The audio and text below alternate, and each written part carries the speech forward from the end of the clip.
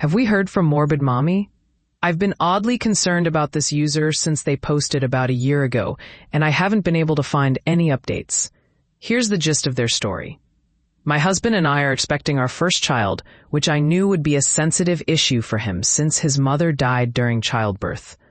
We met with a marriage counselor to talk things through, and he says he's been seeing his own therapist twice a month throughout my pregnancy. But I can't shake the feeling that he's either not going or not addressing the real issue. He and his father are convinced that I'm going to die in childbirth.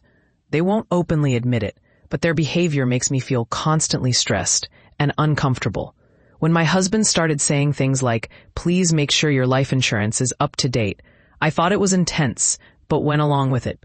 However, when he asked me to inventory my possessions for the baby and my family in case of my death, I firmly said no.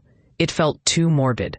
My father-in-law, who lives nearby and often joins us for dinner, criticized me for making things difficult for my husband, who might become a grieving widower with a newborn. I've had a completely complication-free pregnancy, and I have no reason to think anything will go wrong. When I express my concerns, my husband calls me paranoid. It feels like my father-in-law wants me to die. His identity has been tied to being an amazing single dad for the past 35 years. I can't shake the feeling that he's looking forward to guiding my husband through what he experienced.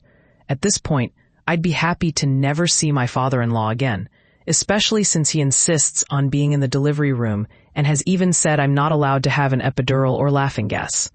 He has a commanding presence, and I know he will get his way. My husband supports his dad in all of this and acts like my due date is my death date. Every moment with him feels morbid and stressful, and it seems like our marriage is crumbling. No matter how many times I tell him his behavior makes me anxious, it only seems to get worse. I don't want this negativity around me while I'm focused on giving birth. Do I owe it to my husband to let him stress me out during labor? Is his presence more important than a safe and healthy delivery? My therapist says no. But this whole situation feels so strange that I feel like I need some outside perspective. I also heard from someone else that when this story was discussed on social media, the original poster wanted it taken down or tried to distance themselves from the publicity. Maybe it's just me being overly concerned, but I'm genuinely worried for this user. Has anyone heard anything about them?